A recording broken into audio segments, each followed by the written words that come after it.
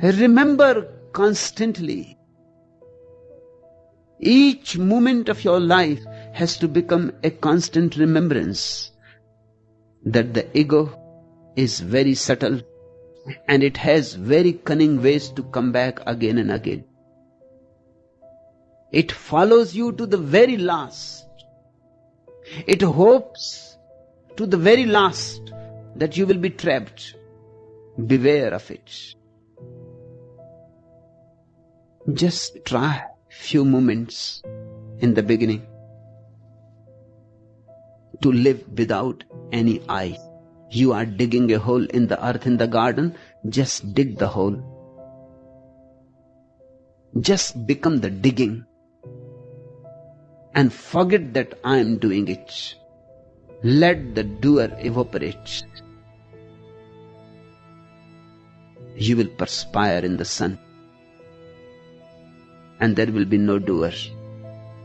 And the digging will continue and you will be surprised how divine life is if the ego can disappear even for a single moment. Taking a shower, just let the water fall on you. But you don't be there as an eye. Relax. Forget the I. And you will be surprised. The shower is not only cooling your body, it cools your innermost core too. And if you search, you will find so many moments in the ordinary life, every day, when the ego can be put aside. And the joy is so great that once you have tasted it, you can do it again and again. And slowly, slowly, you become capable of putting it off unless it is absolutely necessary. And then that day of blessing also comes when you know it is not necessary at all. You say the final goodbye to it. The day the ego dies, you have reached to the point of no self. That is your real being.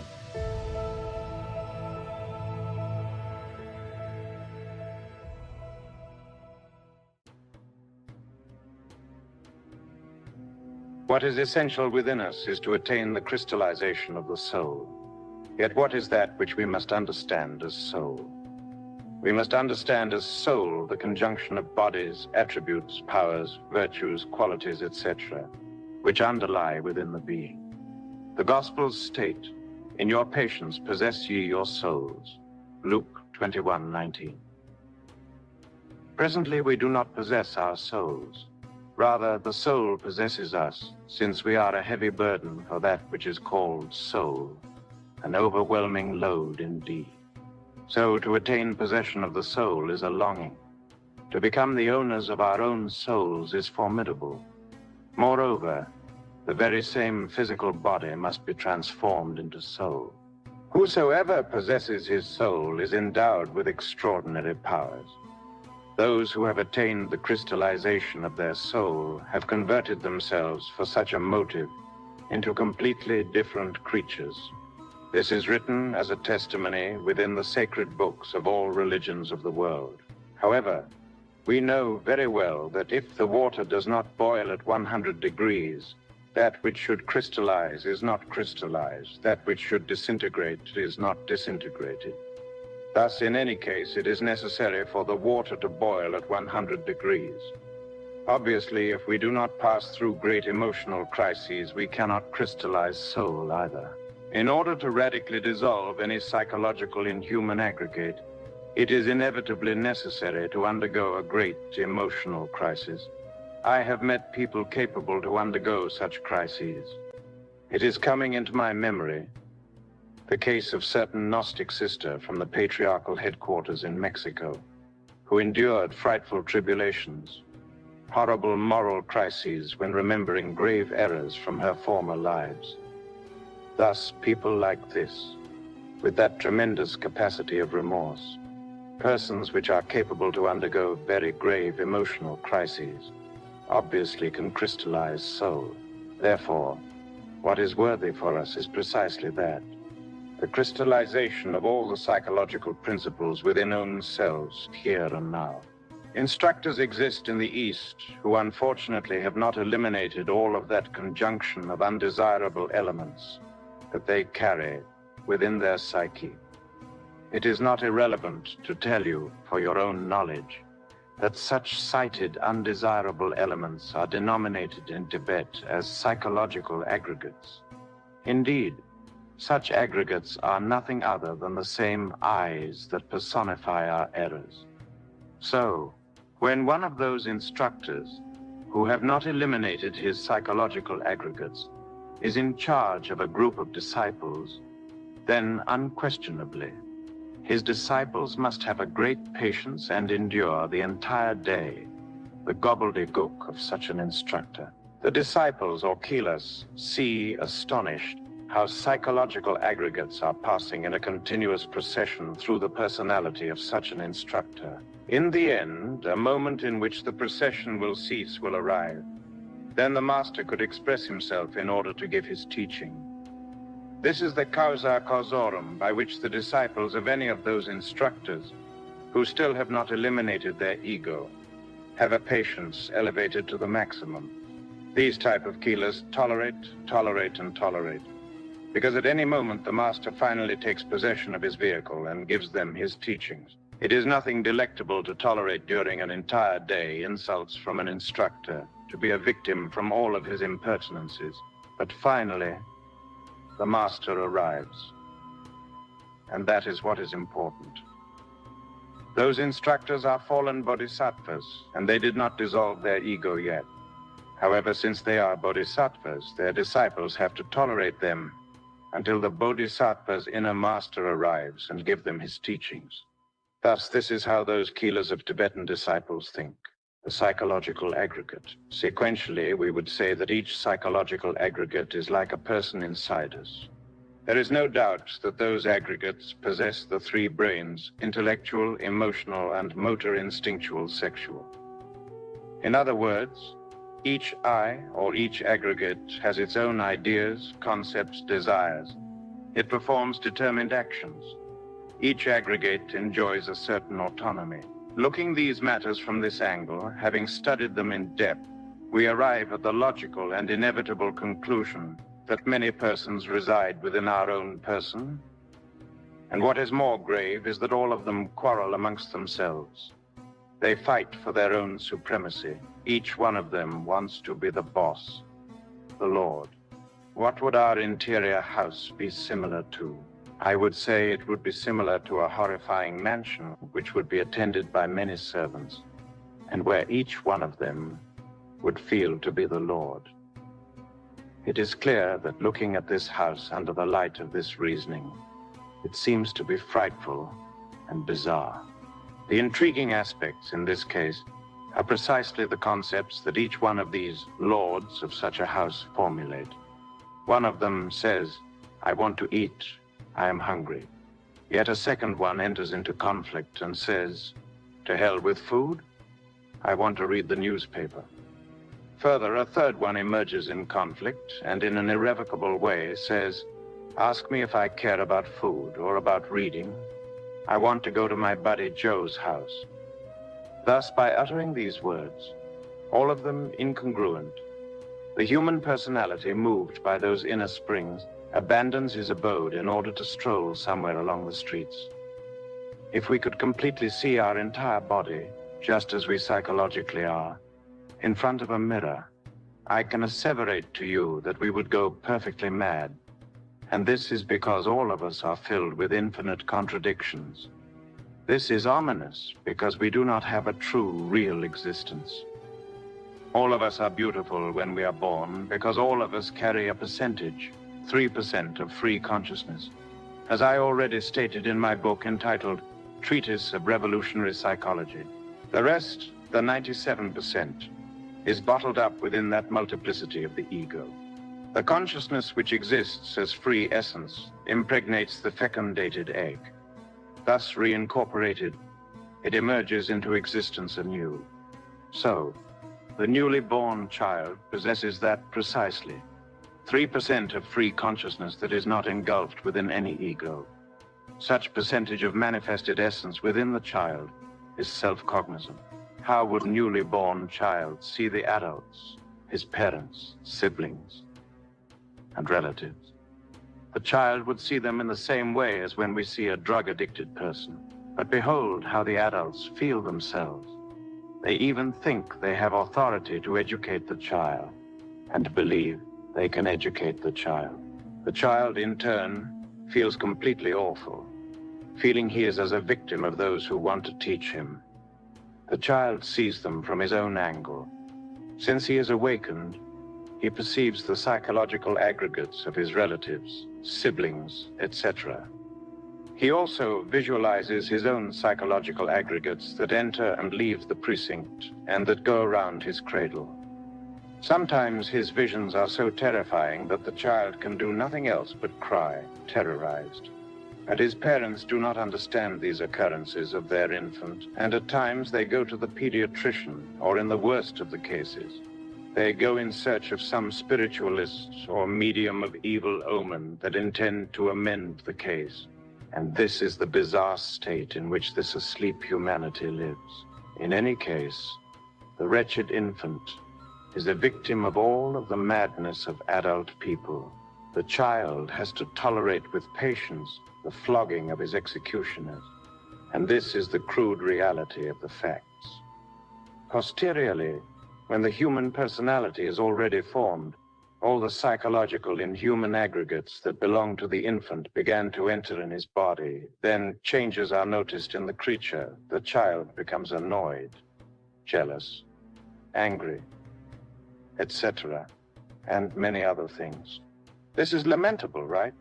In the end, the one who was a child became adult. Things change. The adult is no longer the self-cognizant, playful child of early days. Now he is the scoundrel from the tavern, the merchant, the lecherous, the jealous one, etc. Clearly, that child who was horrified when seeing the adults is now an adult, and what is the worst in this case is that his consciousness has become asleep, and he is no longer capable of looking at himself with horror. Verily, without a doubt, my brethren, each one of the psychological aggregates that emerge from within ourselves have determined commitments.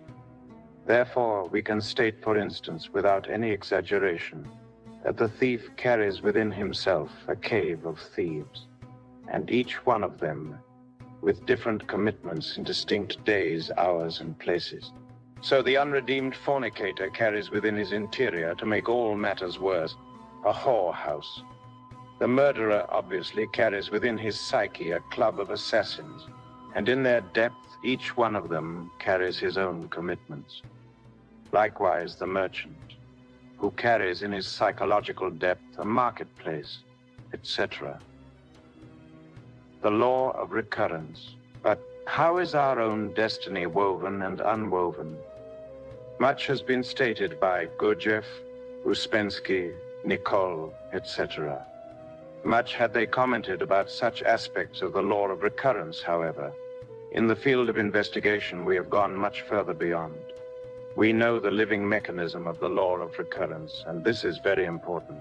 An ex-individual, for example, who in his past existence was, let's say, an adulterer, and who had left his spouse for another lady, clearly when he will be reborn into a new body, he will bring in his psyche the I of adultery, the same I that committed such a crime.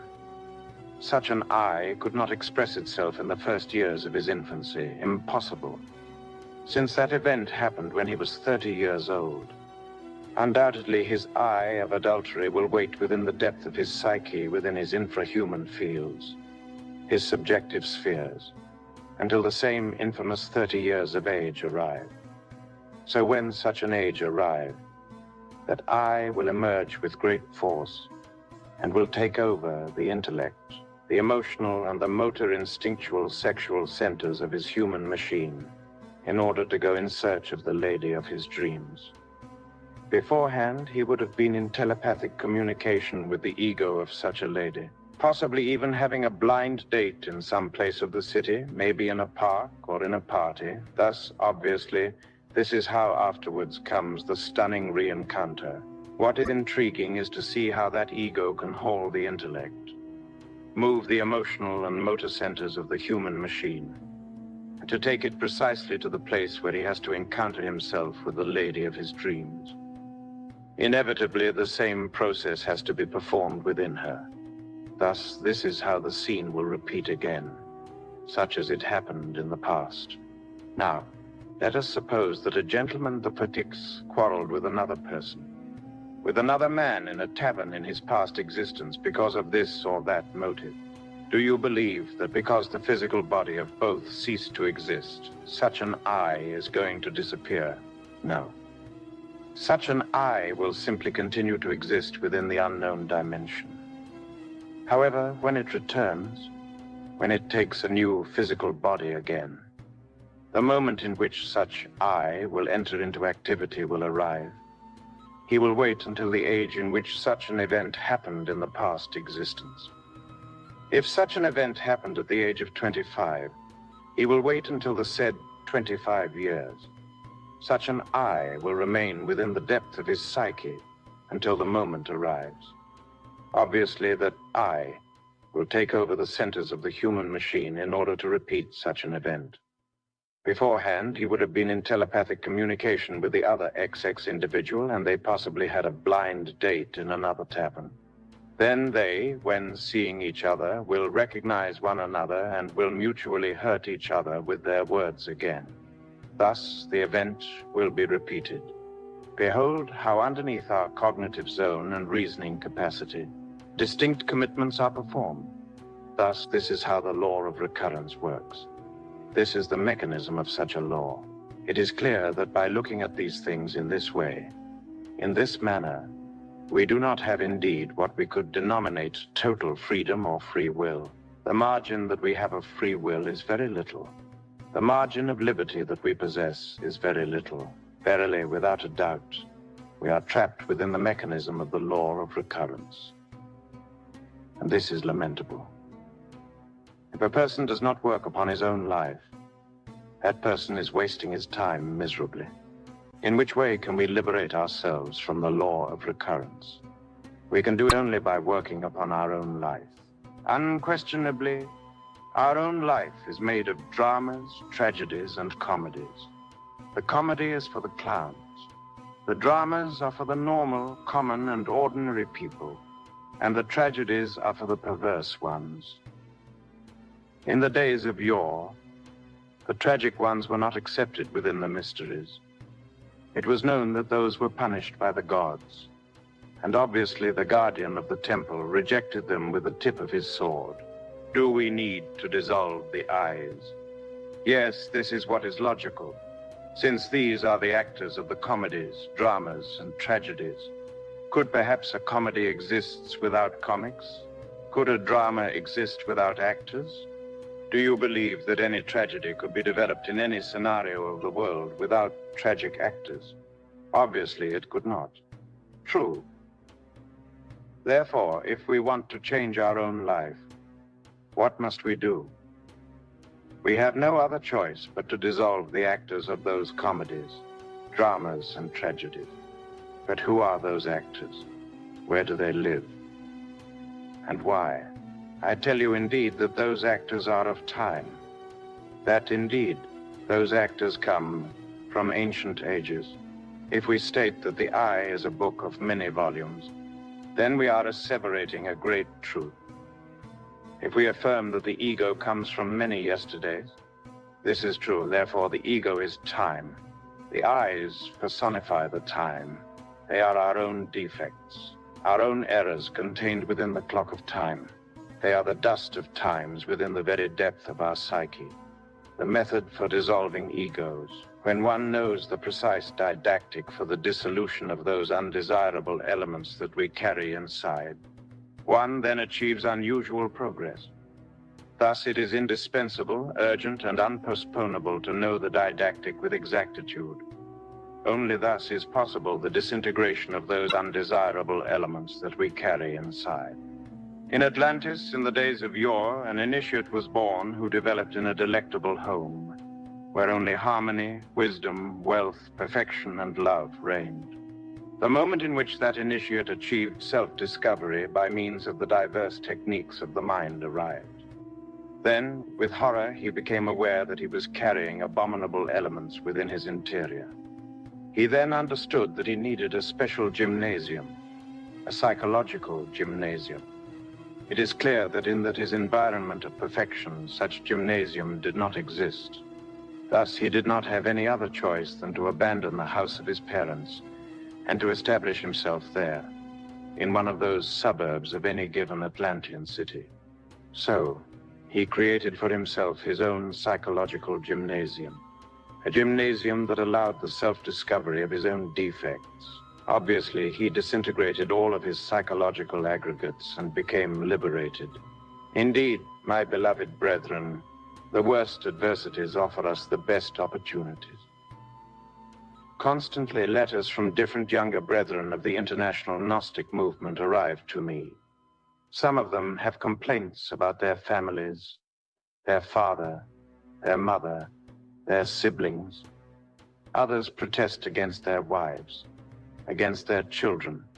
Some others speak with horror against their husbands, etc. And naturally they ask for a balm in order to heal their painful heart. Until now, among all of those letters, I did not find, not even one at least, someone who is content with such adverse situations. All of them complain, and this is deplorable. They do not want their psychological gymnasium. Rather, they would like to flee from it.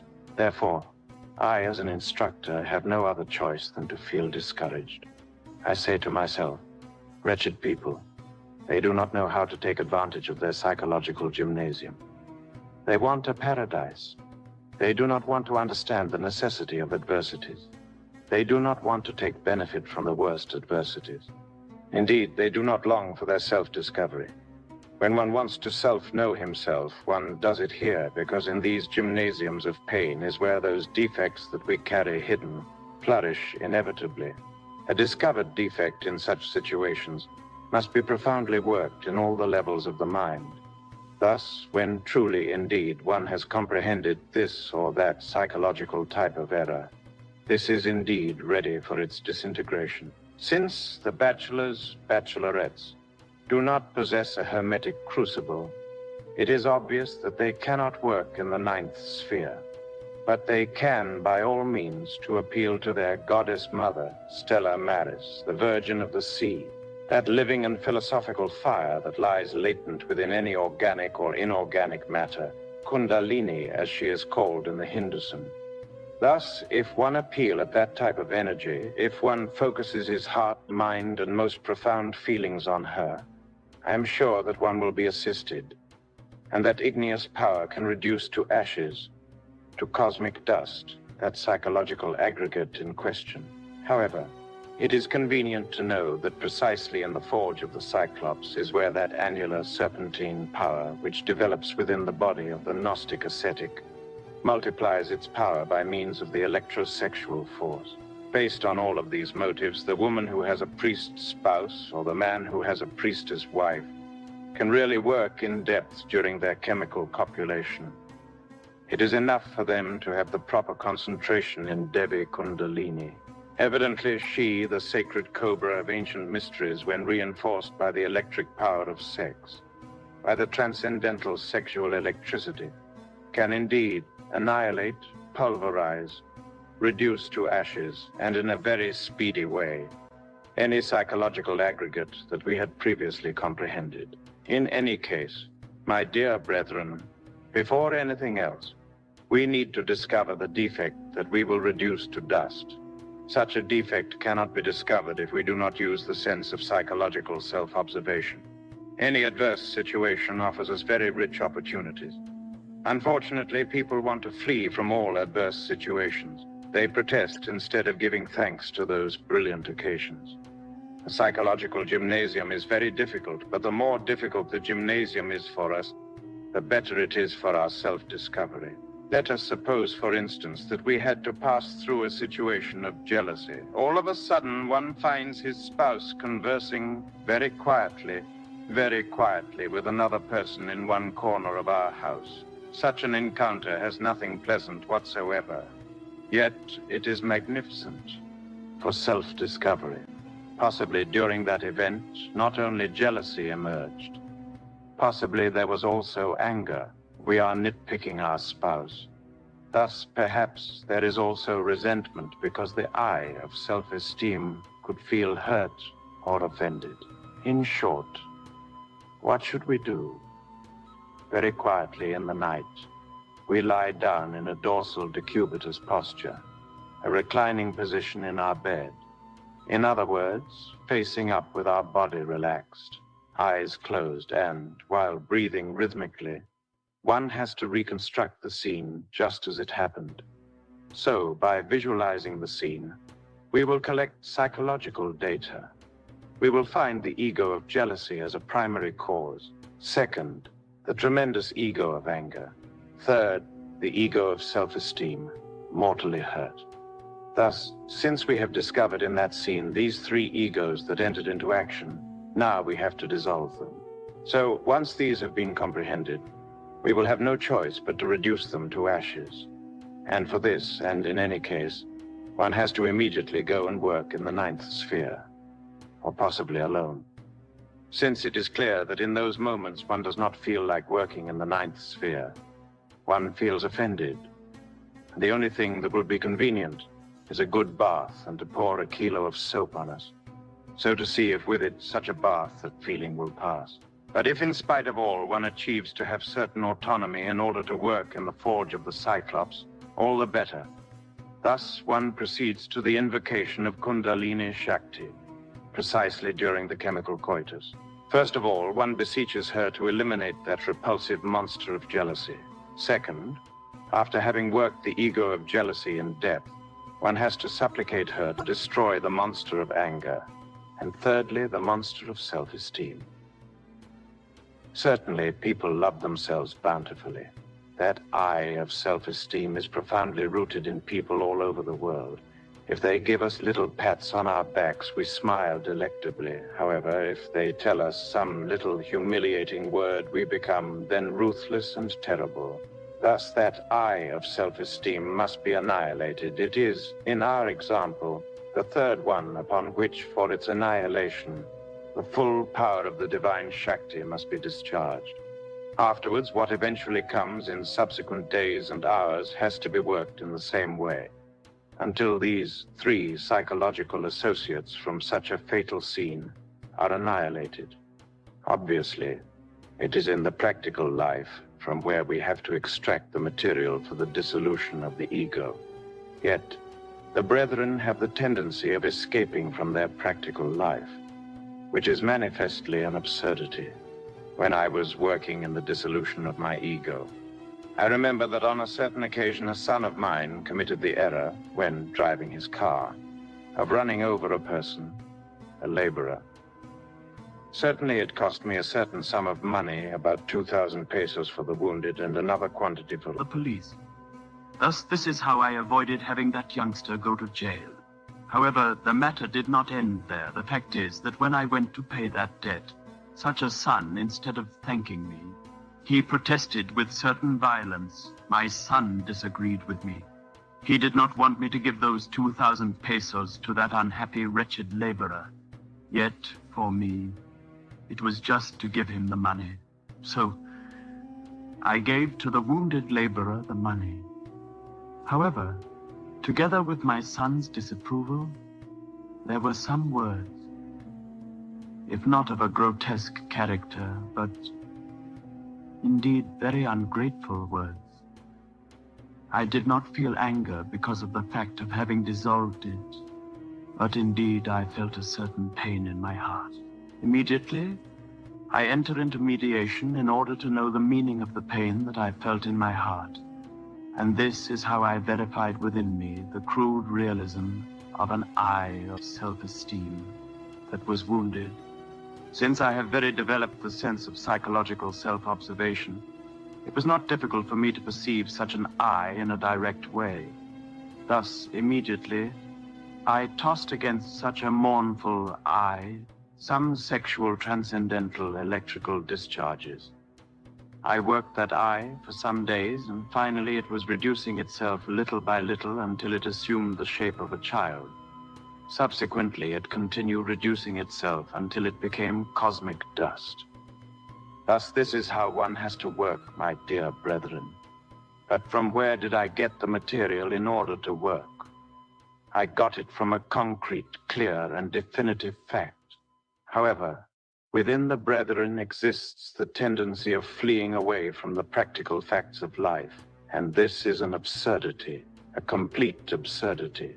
On another occasion, and I like to cite, between parentheses, lived examples with the purpose of collective orientation, I was very distressed with a certain irritability because of the words of that son, that indeed were not beautiful words. I always kept control over my mind, and I never exploded. I never ripped my vestures. Indeed, this was a triumph. Yet there is no doubt that there inside of me, deep inside, I cannot deny that some very unpleasant reactions were produced. So, when I explored myself with the sense of psychological self-observation, I discovered with great astonishment a very dumpy and robust I, very fat indeed, as hairy as a bear, walking in the corridor of my seigneurial house. Ah, how very well hidden you were, damn you, I told him. Now you are doomed because I will burn you. Against me you have no hope. Conclusion. I appealed to Devi Kundalini Shakti in a didactic manner, and as I was working on this I, it started to lose volume. It started getting smaller, and as it got smaller, it also became beautiful. It seemed like a small child, until one day the Divine Mother Kundalini decapitated it, and later on time, it was reduced to dust. Nothing was left of it. This is how I dedicated myself fully to finishing with it, working day and night, every hour, every moment, until it no longer existed. The sense of psychological self-observation will be developed in every one of you as you use it. Don't forget that a sense that is not used will atrophy. A day will arrive in which your sense of psychological self-observation will be fully developed in such a way that you will be able to perceive any undesirable psychological aggregate just as I do. Furthermore, you will be able to see the results of the work on such aggregates, the psychological moon. My dear brethren, in the name of truth, I have to tell you that just as a moon exists in space, likewise within us also exists a psychological moon. And as the moon in the space which shines in the night has two faces, the one seen and the one not seen, likewise is the psychological moon within us. The psychological moon has two aspects, one which is visible to our sense of psychological self-observation, and one which is invisible, the occult, the unknown, incognito.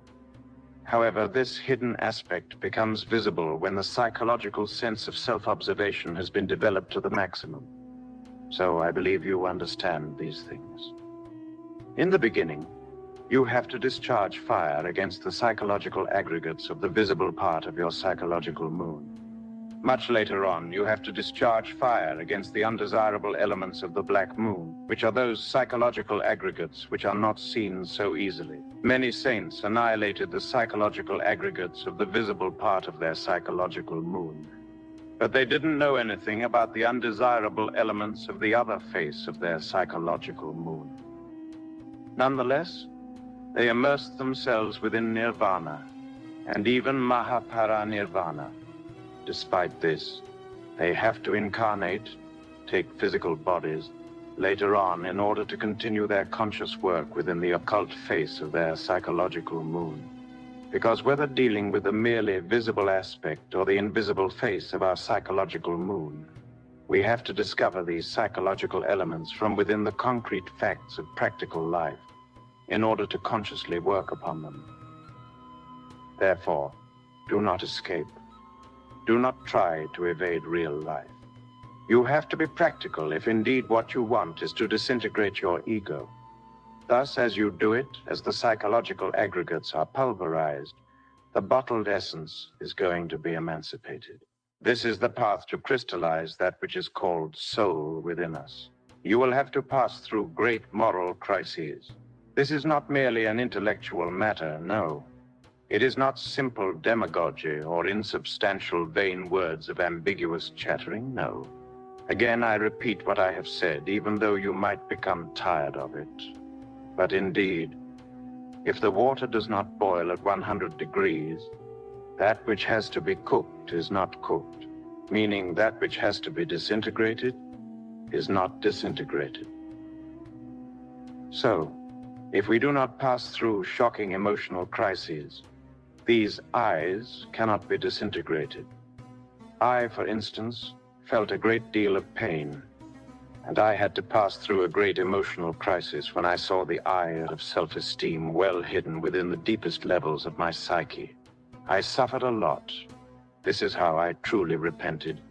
Thereafter, I begged Devi Kundalini Shakti to pulverize this undesirable element of mine.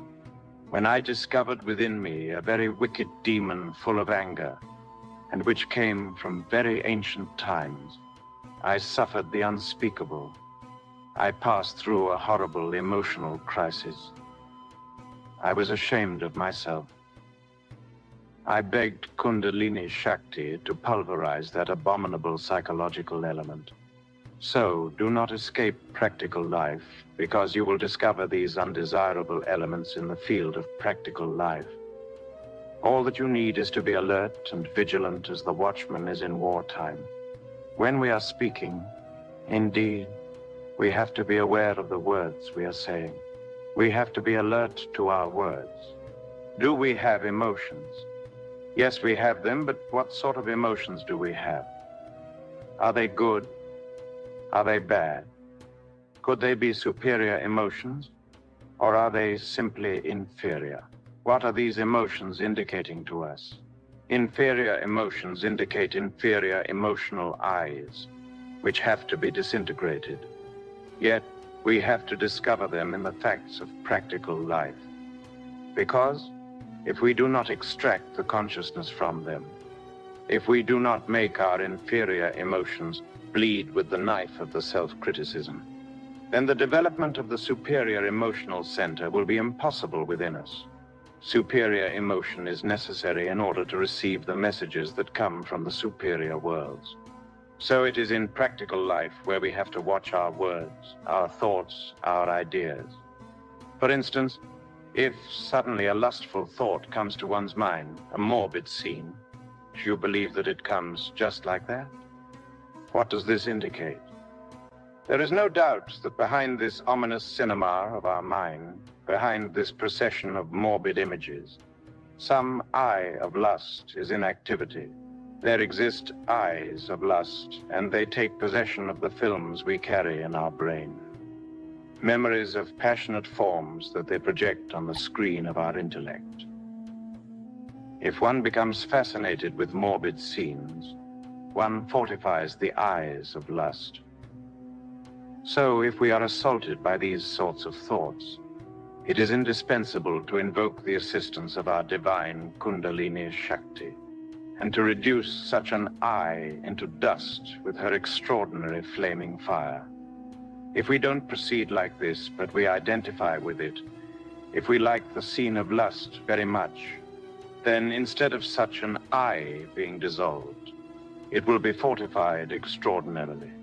Every one of us has his consciousness bottled up among all these actors of the different dramas, comedies, and tragedies of life.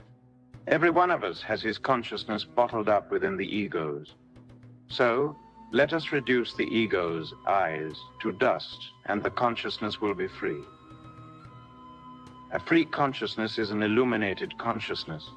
It is a consciousness which is able to see, hear, and touch the great realities of the superior worlds.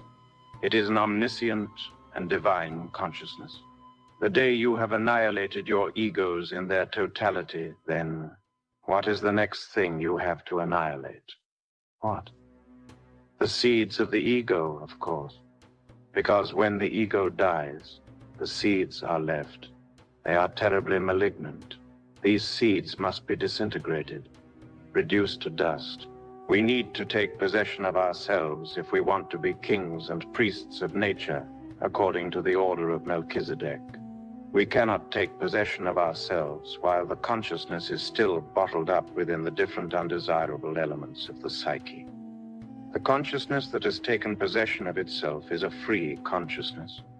A consciousness that has taken possession of itself is admitted in the order of Melchizedek. It is an illuminated and perfect consciousness. This is what we need. The day you have acquired an illuminated consciousness, the day you have made yourselves free, is the day you have crystallized that which is called soul. You will be all soul. Even your physical body will turn into soul, and you will be filled with attributes and cosmic powers. I have taught you today the practical didactic through a definitive dialectic, and now we are going to enter into meditation. But before we do it, it is necessary to know what we are going to work on. Otherwise, it will be worthless. As you are people who fight for self-discovery, it is obvious that you are working on such and such a psychological error. Is there anyone who still does not know what to work on? Is it possible that there is, in this mediation group, one who is not working on disintegrating a defect? If there is, I would like to meet him.